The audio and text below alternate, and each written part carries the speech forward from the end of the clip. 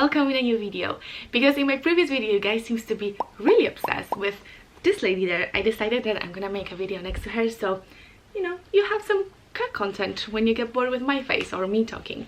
So today we're gonna talk about most hyped and popular brand of all right now, which is Ordinary. Personally, I've been using this brand for around 4 to 5 months, and I made few videos around how my skin has changed, and believe me, my skin has changed so much. I went from full acne to literally almost pure and clean and glowy, hopefully glowy skin. So today we're going to talk about pros and cons about this brand, because as much as I love this brand, there are still some cons that we should know about. But let's start from a positive note. So pro number one is the price. And I know before I start that for people who are living in countries where the currency is different than dollars, pounds or euros, it is still quite expensive. But comparing to the other product who contains the same ingredients, it is still very much affordable.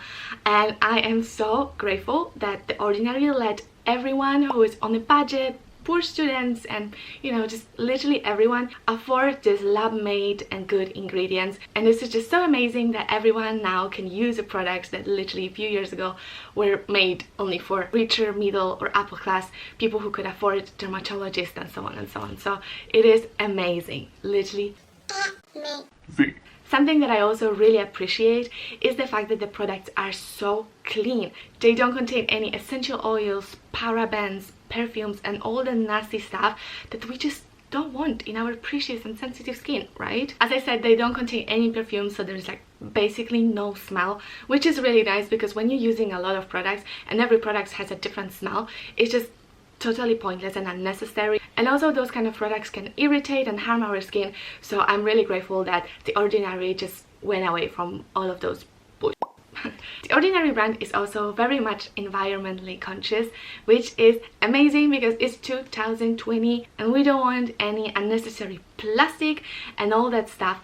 Most of the products are coming in small glass bottles, which is so much better for the environment and the earth and us and our future generation than a plastic. Ordinary does not promote themselves. Think about it. Have you ever seen a paid promotion video about The Ordinary anywhere in YouTube or in Instagram?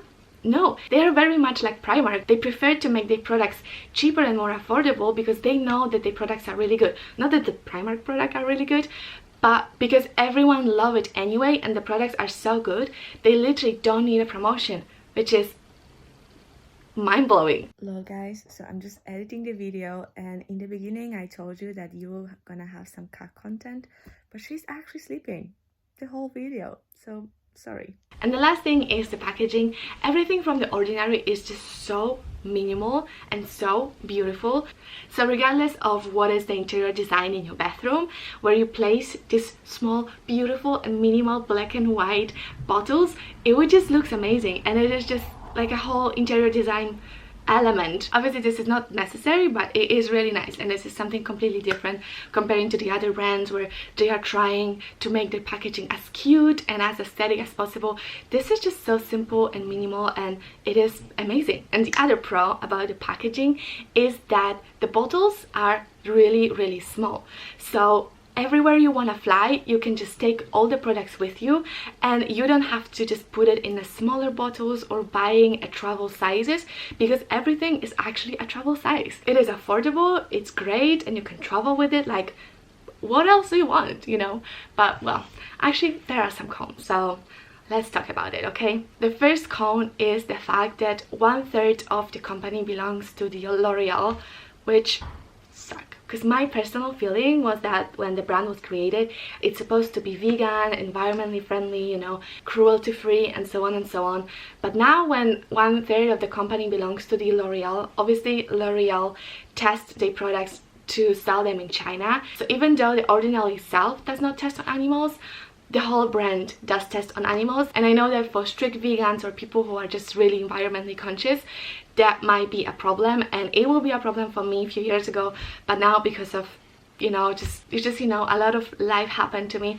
I'm a little bit more chill with that. But it's just sad that there's so many people out there who either used the brand before and now they're not using it anymore because it belongs to L'Oreal, or people who could use the brand but they are not because of the fact that it is L'Oreal. So it's a little bit sad. And I feel like L'Oreal and all the big brands, they should just stop selling their products in China, because we don't need this bad energy.